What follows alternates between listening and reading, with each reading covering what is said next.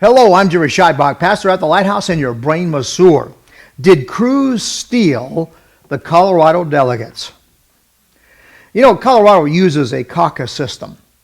And a caucus system, by the way, is something that's been going on for, well, way over 100 years. This is not some new thing somebody invented in order to steal the election from Trump. People are crazy. The people these days are so ignorant about these things, it's really disturbing. According to the rules of the RNC, that's the Republican National Committee in Colorado, now listen carefully, the members of the party, those who are registered Republicans, they vote to appoint delegates who will represent them in making the choice for the candidate that they will nominate. Did you follow that?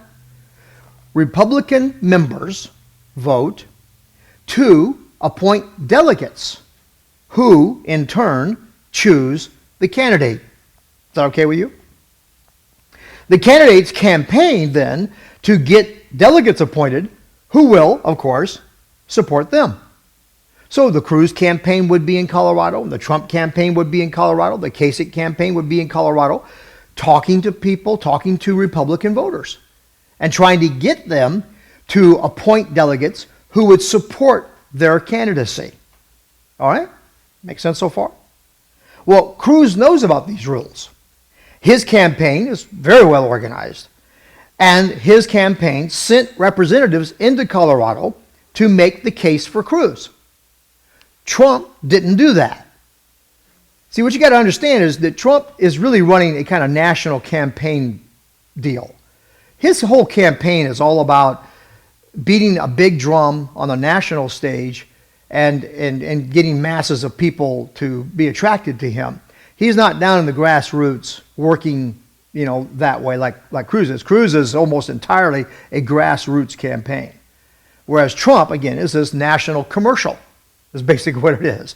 Just a huge theater. His whole campaign is theater. He does this or says that, whatever, so he can attract the most media attention he can get, put himself on center stage with the spotlight on him, and that's the way he has run his campaign.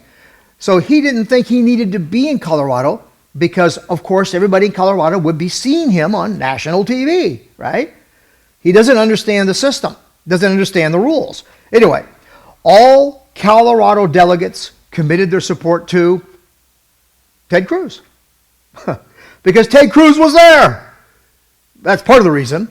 The Republican Party in Colorado tracks conservative anyway, and so it's not surprising really that the delegates would go with Cruz. In any event, Trump comes along and he cries foul, and he starts bellowing about Cruz stealing the delegates. What is that nonsense?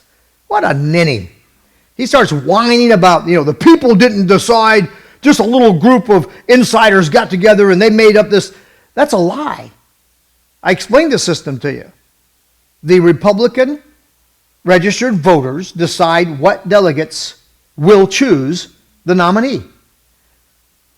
Anyway, he goes, look at the polls. It goes back to what I've been saying. In Trump's world, it's all about the polls. In Trump's world, it's all about the majority. What happens is this. You got this county A, county B, and county C as an illustration. County A has a population of, let's say 100,000. County B has a population of, let's say 50,000. County C has a population of, say 25,000. All right. So County A gets together and they vote and they decide on what delegates they want to send, okay? And they get so many delegates. County B does the same thing, and they get so many delegates.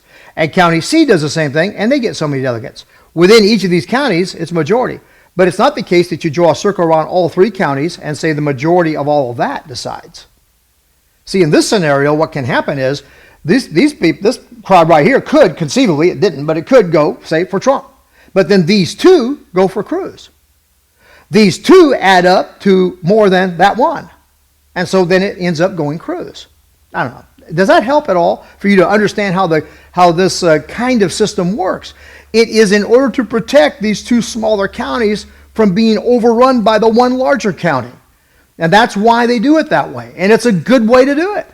It's the way our entire system is organized that way for the nationwide election. It's organized in exactly the same way to protect the more sparsely populated states.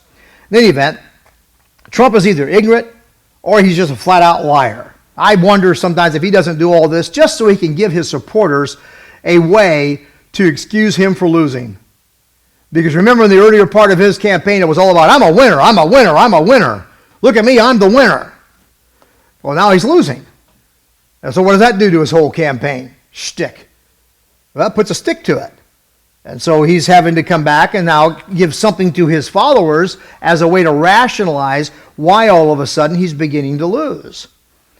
So, or either that, or he's just actually as ignorant as this seems to make it out that he is. I mean, and he's just a ninny and a whine baby, and he has to cry and whine whenever he loses because he's not used to that, I guess, or something like that. So you pick whatever one you want there. I think it's one of those two. If there's a third option, send it in to me. I'd be glad to entertain it. I guess, when you've been a billionaire, as long as he has, rules don't really matter.